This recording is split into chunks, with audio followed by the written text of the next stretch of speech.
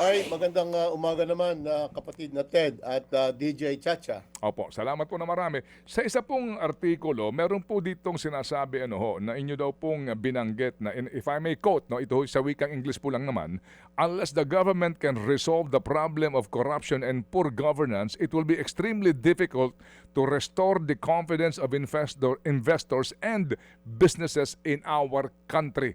Ngayon pong quarter na ito, itong binabanggit nyong ito, gaano ito ka-importante at ano ba talaga ang dapat na gawin ng pamahalaan at ang ating inaasahan, ang mga taong bayan ang inaasahan po sa pamahalaan? Go ahead, sir. Noong pong first three quarters of 2025, ang average growth po ng Pilipinas ay 5%. Bumaba po yung third quarter mula sa 5.4 noong first quarter, 5.5 noong second quarter, at bumaba, nag-slow down sa 4% in the third quarter. It will require us to grow by around 7% to be able to hit the lower end of the target of the government na 5.5 to 6.5%. That's going to be very, very difficult. Why? Kasi po, nitong last quarter of 2025, nakita po natin, dahil sa matinding issue ng katiwalian, corruption, bad governance, ang naiisip po ng maraming mga negosyante at foreign investors, at yan po ay nakikita natin sa mga survey ng SWS, survey ng Pulse Asia, kahit na po yung business expectation survey ng Bangko Sentral, humina po ang kumpiyansa ng mga investors. Kung hindi po papasok ang mga investors sa Pilipinas, hindi po madadagdagan ang pangangailangan natin sa puhunan upang sa ganon ay ma-sustain natin ang ating economic growth. Kahit po tayo magkaroon ng holiday spending nung last quarter of the year because of Christmas and New Year, pagpasok ng mga OFW remittances, kung mahina naman ang pasok ng negosyo, mahina ang pasok ng foreign capital sa Pilipinas, ay mahihirapan po tayong ma-achieve yung pong 5.5% for the whole year of 2025. Bakit po importante, kapatid na Ted at DJ Chacha, ang kumpiyansa o public trust ng ating mga negosyante at maging ng ordinaryong mamamayan? Kung wala po ang public trust, wala po ang confidence sa pamamahala ng ating negosyo at economic activity sa bansa, number one, yung mga ordinaryong mamamayan, hindi ho gagastos yan. Kasi baka dahil sa hirap ng buhay, hirap ng ekonomiya, baka sila matanggal sa susunod na buwan. Kaya titigil-tigil po yan, magiging unti-unti ang paggastos. And remember, ang private household investment accounts for 70% of our gross domestic product. Doon naman po sa government spending, yan po ay nahinto, na-delay, nagkaroon ng paghina dahil natatakot po ang ilang mga ahensya ng gobyerno, DPWH, Department of Health, dahil baka sila ay makasama sa husgado, makasama sa charges ng ICI, ng Senado at ng Kongreso. So nagkaroon po yan ng chilling effect doon po sa paggastos mismo ng gobyerno. At pangatlo, yung pong private investment. Ang tanong po ng maraming negosyante, ba't ako papasok sa isang ekonomiya na baka mamaya magbago ang policy? Number one. Number two, ang paggastos ng gobyerno reflected doon po sa ginagawa nating budget, mas mahalaga pa ang infrastruktura kesa sa public education, public health. At doon sa ginagamit sa public infrastructure, karamihan nun, sinasabi nung na nakita natin at napatunayan sa iba't ibang investigasyon sa Senado at sa Kongreso, ay nakukuha lamang sa katiwalian. Hindi lahat ay pumapasok sa pagpapalaganap ng mga kalye at mga highways, mga bridges o mga tulay and connectivity across the entire archipelago of the Philippines. Kaya yung pong tinatawag nating potential capacity, yung maaaring ilago ng gobyerno, sa halip na umakyat yan over the years, ito po ay humihina. Yan po ang dahilan kung bakit sa pagtatasa mismo ng gobyerno natin, ng IFI, IMF, World Bank, ADB, maging ang ASEAN Plus 3 Macroeconomic Research Office, ang kanila pong pagtatasa sa 2025 ay pahina ang pagtakbo ng ating ng ating ekonomiya, ganun din sa 2026. Yan po yung kalagayan ng ating ekonomiya, kasamang Ted at DJ Chacha. Opo, sir, ito ho naman pong public distrust, no ho, pati itong distrust po ng mga negosyante sa ating pong pamahalaan ngayon ay hindi po naman nangyari overnight, no? Yung unti-unting pagkalusaw nito. Sa sitwasyon po ngayon, ano po ang maaaring gawin ng gobyerno para manumbalik po ito? Ano ho ang dapat niyang gawin at gaano po ito kabilis magagawa ng gobyerno kung ito po'y dahan-dahan, do you agree? Dahan-dahan po naman nangyari ito, hindi ba? Hindi po naman ito overnight. So, ano ho magagawa ng gobyerno para mabilis po na makarecover sila? Well, unang-una, halos sa lahat ng ekonomiya, sa lahat ng bansa, kasamang Ted, may katiwalian. At sa ating bansa, lalo na. Itong nilantad mismo ng ating Pangulo sa State of the Nation Address noong July, ang napatunayan ng mga tao ay ito. Totoo pala ang katiwalian sa Pilipinas. Number 2, yung scale of corruption and bad governance. Imagine 30 to 40% nawawala. So 60% na lamang o 70% na lamang ang napupunta sa ating public health and public education. Sa katunayan, nakita naman natin ang issue sa PhilHealth, yung issue sa PDIC, na sa halip na ito ay gamitin para sa pagpapaunlad ng ating pampublikong kalusugan, ito ay napunta sa pagpondo ng mga public infrastructure projects including flood control. So yung inilantad ng tatlong huling buwan o yung last half of 2025 ay yung scale of corruption in the Philippines. At ito yung nagbunsad ng malaking pagbagsak ng tiwala ng mga mamamayan at mga negosyante sa ating pamamahala. Number 1. Number 2, nakita po naman natin na ang pamahalaan ay gumagawa naman ng karampatang hakbang upang maibalik ang tiwala ng mga tao. Ngunit ito po ay hindi maibabalik kung, number 1, ganun kabagal ang pagtukoy doon sa mga tinatawag nating guilty parties, yung mga involved sa large-scale plunder ng public money dito po sa ating bansa.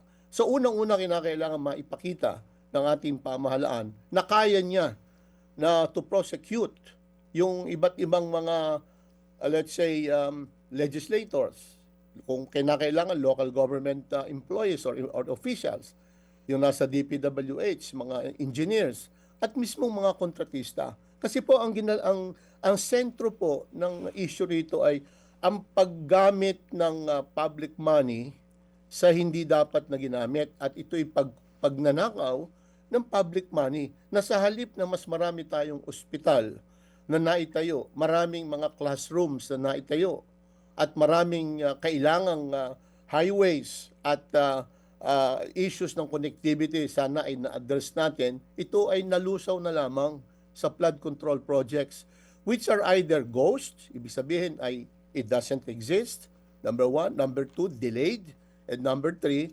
substandard. Doon po ang isinasakit ng dibdib ng maraming tao. So kinakailangan maipakita ng gobyerno na seryoso ito sa pagtukoy at pagpo-prosecute ng mga dapat na itukoy at i-prosecute sa anomalyang ito. Number 2, dapat ay hindi rin ito makasagabal sa pagpupursu ng iba't ibang mga structural reforms. And here, doon po sa artikulo na ginawa natin sa Global Source Partners, sinabi natin na kinakailangan magkaroon na tayo ng anti-dynasty bill dito po sa ating Kongreso. Otherwise, we will be perpetuating the politics of patronage at walang demokratikong pamamaraan sa pagpili ng ating mga namumuno dito po sa ating bayan. matagal ng panahon sila rin ang umuupo, pero may nangyari po ba sa ating bansa? Yes, umuusad-usad tayo, pero dapat nating tandaan, nahuli na po tayo sa ASEAN. One example, kapatid na Ted, 1987, 38 years ago, we were included among the low middle income countries. Since then, 38 years later, nawala ng Indonesia dyan. Nandun na sila sa upper middle income. Ang Malaysia, ang Thailand, okay? Ang Vietnam, malapit na. Naunahan na tayo ng Vietnam. Andito pa rin tayo. 38 years after, narito pa tayo sa low middle income country category. So, it's about time that we think of other ways. Like yung ating election laws, yung ating yung COMELEC, no? Kinakailangan i-overhaul, isaayos po 'yan. Ganun din yung ating pagre-revisa ng ating konstitusyon o ilang batas tungkol sa ekonomiya ng ating bansa. Kinakailangan ay magkaroon ng competitive spirit dito po sa ating bansa upang sa ganon, ang bawat isa ay mayroong karapatang lumago ang kabuhayan, at magkaroon ng iba't ibang opportunities for growth. Opo. Siguro po 'yan yung yung mga reforms nga na maaring gawin sa ating system, no? Sa ating pong sistema po ng governance natin. Pero sa sitwasyon po ngayon, Sir Diwa, yung aking katanungan na paano makaka-recover kung saan tayo nasadlak ngayon? Sa usapin po ng ekonomiya na lang, may mga nagsasabi ho kasi na actually yung effect nitong skandalong ito, crucial ngayong first at second quarter, halimbawa sa construction industry, na unti-unti na po nararamdaman ng ilang pong mga nasa supply side yung effect nito yung mga na involved na contractors, may mga utang sa ibang mga suppliers at maliliit na contractors, hindi na nakakabayad at ang sabi nga nung iba, mauuwi ito doon sa pandemic level na nagkaroon ng retrenchment at problema po sa construction industry. Yun po lamang isang sektor. Sa inyo pong palagay, ano ho bang pwedeng magawa to avoid na tayo masadlak doon at makarecover po ang ating ekonomiya? Yan po yung aking sinasabi, kasamang Ted, no? Dahil kung hindi maipapakita ng pamahalaan na mas mariresolve niya ito at may kapasidad siya na iayos ang katiwalian sa ating bansa, madali namang magawa yon kung yung ICI ay binigyan ng sapat na kapangyarihan to prosecute those who were charged. Ito ay magpapabalik ng tiwala ng mga mamamayan, ganun din ang ating mga negosyante. Yung hindi pagbabayad, yung hindi pagbabayad o kaya yung issue tungkol sa logistics, these are sentiment driven no? Kung sila ay nakakasiguro na ay ginagawa na, baka sa isang linggo may mangyari na, may ma-charge na, ay babalik yung tiwala. Ako halimbawa, negosyante ako. Muli ay o-order ako ng iba't ibang mga raw materials, construction materials, etc. Yung demand ng mga tao na ay meron ako inaasahan, lalago ang ekonomiya ng 6% or even 6.5%. Hindi na ako matatakot na mawawalan ako ng trabaho. So gagastos. Okay? Yung gobyerno, dahil alam nung nasa ng mga iba't ibang agencies ng gobyerno na kapag ikaw ay gumagawa ng iyong dapat gawin at may tiwala ang taong bayan, gagawin mo na mabilis ang pag-implement ng iba't ibang public works project. Hindi yung ngayon, nagtuturuan, okay? Ayaw gumastos. Yan ang isa sa mga dahilan kung ba't bumagsak sa 4% ng ating economic growth nung pong third quarter. Kaya, importante po yun kasi, tingnan nyo, bakit bumaba ang piso laban sa dolyar? Isa ito, dahil negative ang market sentiment. Dahil yung capital flows, yung pagpasok po dito, humina. So paghina po ng pagpasok ng dolyar sa Pilipinas, wala tayong inaasahan kung hindi bababa ang piso. Sa pagbaba ng piso, that could be inflationary. Tatamaan ng mga importers. Tatamaan yung mga maangkat ng kanilang raw materials and intermediate products mula sa ibang bansa. Ano po yan magkakaugnay po yan. Kaya sa akin, yung issue ng sentiment, yung public trust is key. It is central to all of these issues. Opo. May tanong po si Chacha, sir.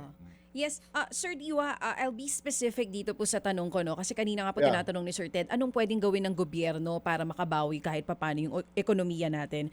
Kayo po bilang dating BSP Deputy Governor, ano lang po ba ang limitasyon ng Bangko Sentral? Hanggang saan lang po yung pupwede nilang gawin para sa inflation na ngayon top concern po ng mga Pilipino? Lumabas po yan both on SWS and Pulse Asia surveys. Hanggang saan lang po ang pupwede nilang gawin para po makontrol yung pagtaas ng presyo ng bilihin? Tandaan po natin, ang Bangko Sentral ng Pilipinas ay central bank. It is in charge of monetary policy. Yan po ang nagdi-determine ng tungkol sa amount of liquidity, yung money supply na umiikot sa ating ekonomiya, at yung level of interest rates. Ang pangunahing tungkulin ng Bangko Sentral ay mapanatili ang low and stable inflation. Bakit ito naging pangunahing concern ayon sa Pulse Asia at iba't ibang mga survey? Kasi po, bagamat ang average po nitong last 11 months of the year ay 1.6% lamang ang inflation. Ang inflation, the rate of change, yung pong pagtaas ng presyo ng bilihin. Ngunit ang mga tao ay hindi tinitingnan yung rate of change. Ang tinitingnan po ng mga tao yung absolute level na presyo ng bilihin at serbisyo sa ating bansa. Mahal pa rin po ang galunggong sa Pilipinas. Mahal pa rin po ang bigas.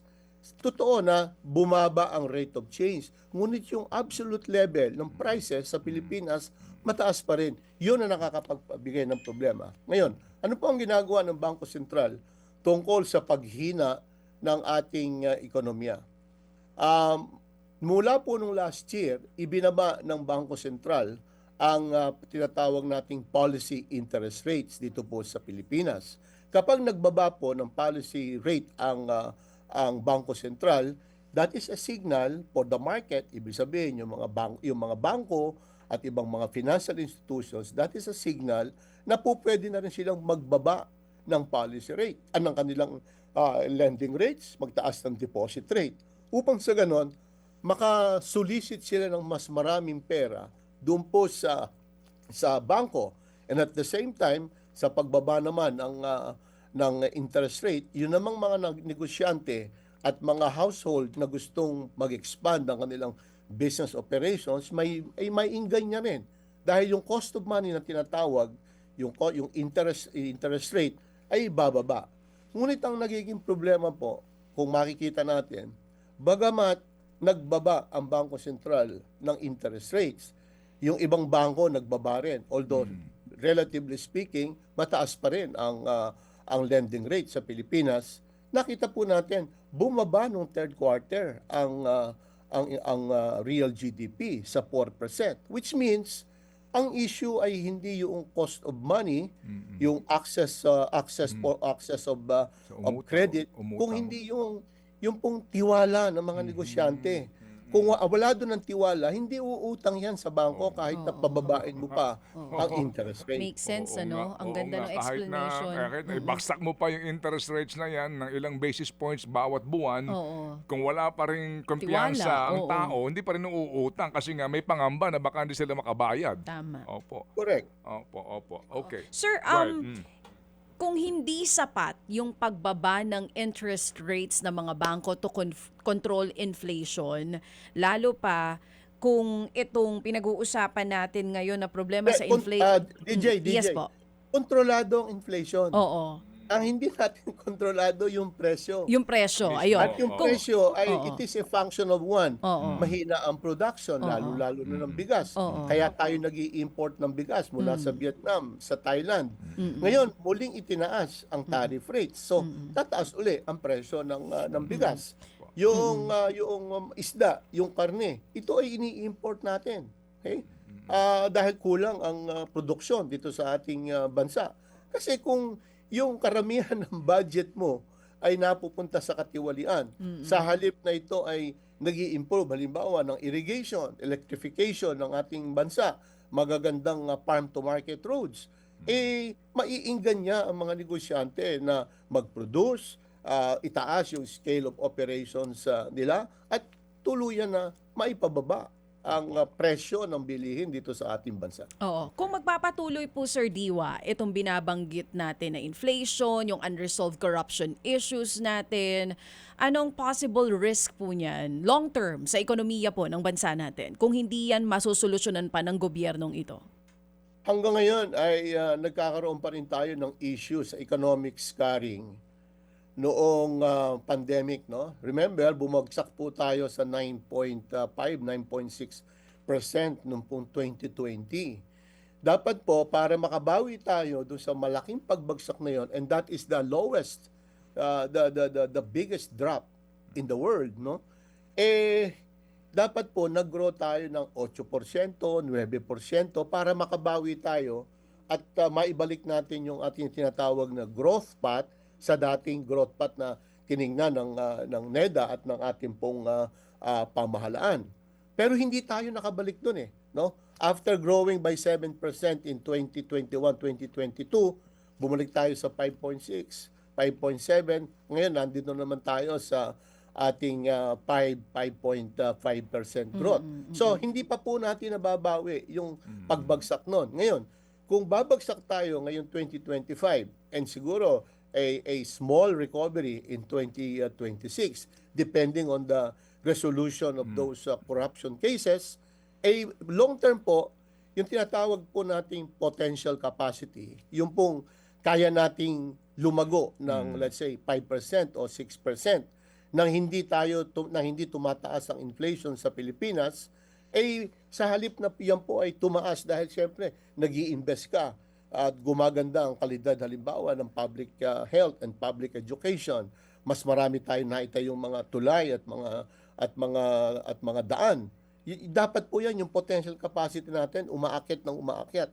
Pero ang ating pong potential capacity hindi po umaakyat It has been stagnant, no? Una po 'yon. At pangalawa, yung pong ating tinatawag na yung productivity, no? Yung kakayahan ng mga tao na makapag-produce ng mahusay and very efficiently. Dahil po ang kalidad ng ating public education ay gano'n na lamang. Okay? Makikita po natin yung level of literacy ng ating mga mamamayan, gano'n na lamang kababa. Kaya, what do we expect to happen 10 years, 15 years from now? Anong uri ng mga negosyante? Anong uri ng mga political leaders ang ating maaasahan 10, 15 years from now when senior students, senior high school students could barely write or prepare decent essays in English or even in Filipino. In fact, sa creative thinking po ng OECD, no? Yung pong tinatawag nilang PISA, yung pagkukumpara ng kalidad ng edukasyon sa buong mundo, nandun po tayo sa ibaba. So, humahina po tayo sa science, mahina tayo sa math, mahina tayo sa English or sa reading. Mahina rin po tayo sa creative thinking. Kaya dapat lamang, yung pong budget ng Pilipinas ay maiukol natin sa human capital development. Napakaganda po ng ating demographic advantage sa Pilipinas. Bata pa po ang populasyon ng Pilipinas. Kaya unlike yung Thailand, halimbawa, Singapore, aging population yan. China, aging population. Tayo, we are still a very young population. If we are able to leverage on our young demographics, mabigyan sila ng sapat at mahusay na pamamahala, okay? At mahusay na kalidad ng ating edukasyon, wala pong tatalo sa Pilipinas. Kaya po natin yan. Kaya lang, dahil sa maling pamamahala at mga katiwalian here and there, nahuhuli po tayo sa ASEAN. Opo. Sige po. So, sa panghuli na lang po, sir, nabanggit niyo ho yung budget, no? Na dapat iniuukol sa dapat pong pag-ukulan, ika po ninyo. Dito nga po yung paghahanda sa ating kabataan para po nga sa kinabukasan po ng ating mga pagiging leader at ang ating pong mga magiging negosyante, ano ang inyong reaksyon dito po sa pipirmahan ng Presidente na 2026 General Appropriations Act? Sa gitna po ng mga bali-balita sa pagtaas po ng AIX, MAIFIP, TUPAD at ito pong na naman controversial na unprogrammed appropriations. Well, it is a sad commentary na pipirmahan natin itong proposed budget na ito na alam naman natin ay naroon pa rin yung mga objectionable features noong pong 2025 which was described to be the most corrupt budget in history. Halimbawa po, yung modern pork, okay? Ayan po ay modern pork barrel ang tawag dyan. That's more than 50 billion. Yung pong yan po ay na-rule ng Supreme Court na unconstitutional yan, ano? Illegal po yung pork barrel na yan. Pangalawa, yung pong tinatawag nating unprogrammed appropriations. Mahigit po, almost 200 billion po yan. Saan naman po gagamitin yan? Diyan ay mapupunta na naman dyan yung tinatawag na mga priority ng iba nating mga legislators para doon sa, again, public works project, which has been funding corruption and bad governance in the Philippines. Yung tinatawag po natin perpetuation of patronage politics. Ito po yung tulong para doon sa iba't ibang mga sektor ng ating lipunan, lalo-lalo na sinasabing financially incapacitated patients, no? At saka yung pong mga unconditional transfer. Yung pong unconditional transfer, nagagamit po yan tuwing eleksyon. At halos wala po yung audit. Kaya yan po yung mga problema, disadvantages doon po sa nakikita nating pagtitibay ng pong ating budget for 2026. Ang importante dyan, manatili po ang ating civil society, ang bawat isa po sa atin na laging nagbabantay kung saan po napupunta ang mga pera na nai-allocate po natin sa budget. Kung ang pamahalaan po ay nakakasiguro na ang mga tao ay nagbabantay, ang kanilang paggastos, yung kanilang lifestyle ay laging nakikita ng mga mamamayan at tayo hindi natatakot na magsalita at ito ay ibunyag sa publiko, magdadalawang isip po yung mga nais na magnakaw ng ating budget. Opo, yung nga po sanang katanungan ko, ano ba magagawa ng ating mga mamamayan para makatulong po sa ating bayan dito po sa mga problemang binanggit po ninyo.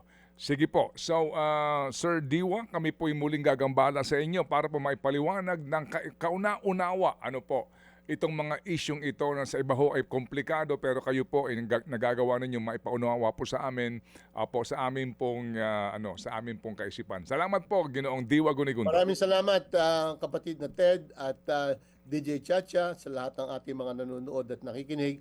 Pagpalain tayo ng Panginoon sa bagong taong ito. Salamat po na marami at mabuhay.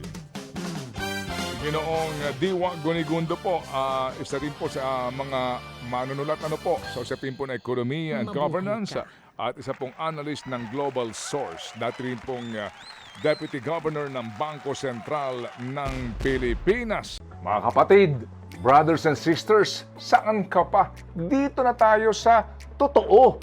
Dito na tayo sa True FM. Mga kapatid, mag-subscribe and follow po kayo sa social media accounts ng True Network PH. Yan po kami, hanapin nyo lang True Network PH, Facebook, Instagram, YouTube, TikTok, and podcast. Mapa Apple or Spotify man yan, mahahanap nyo kami. Lahat ng mga napapanood at napapakinggan nyo po sa programa, nasa social media accounts namin yan. So paano mga kapatid? See you sa social media!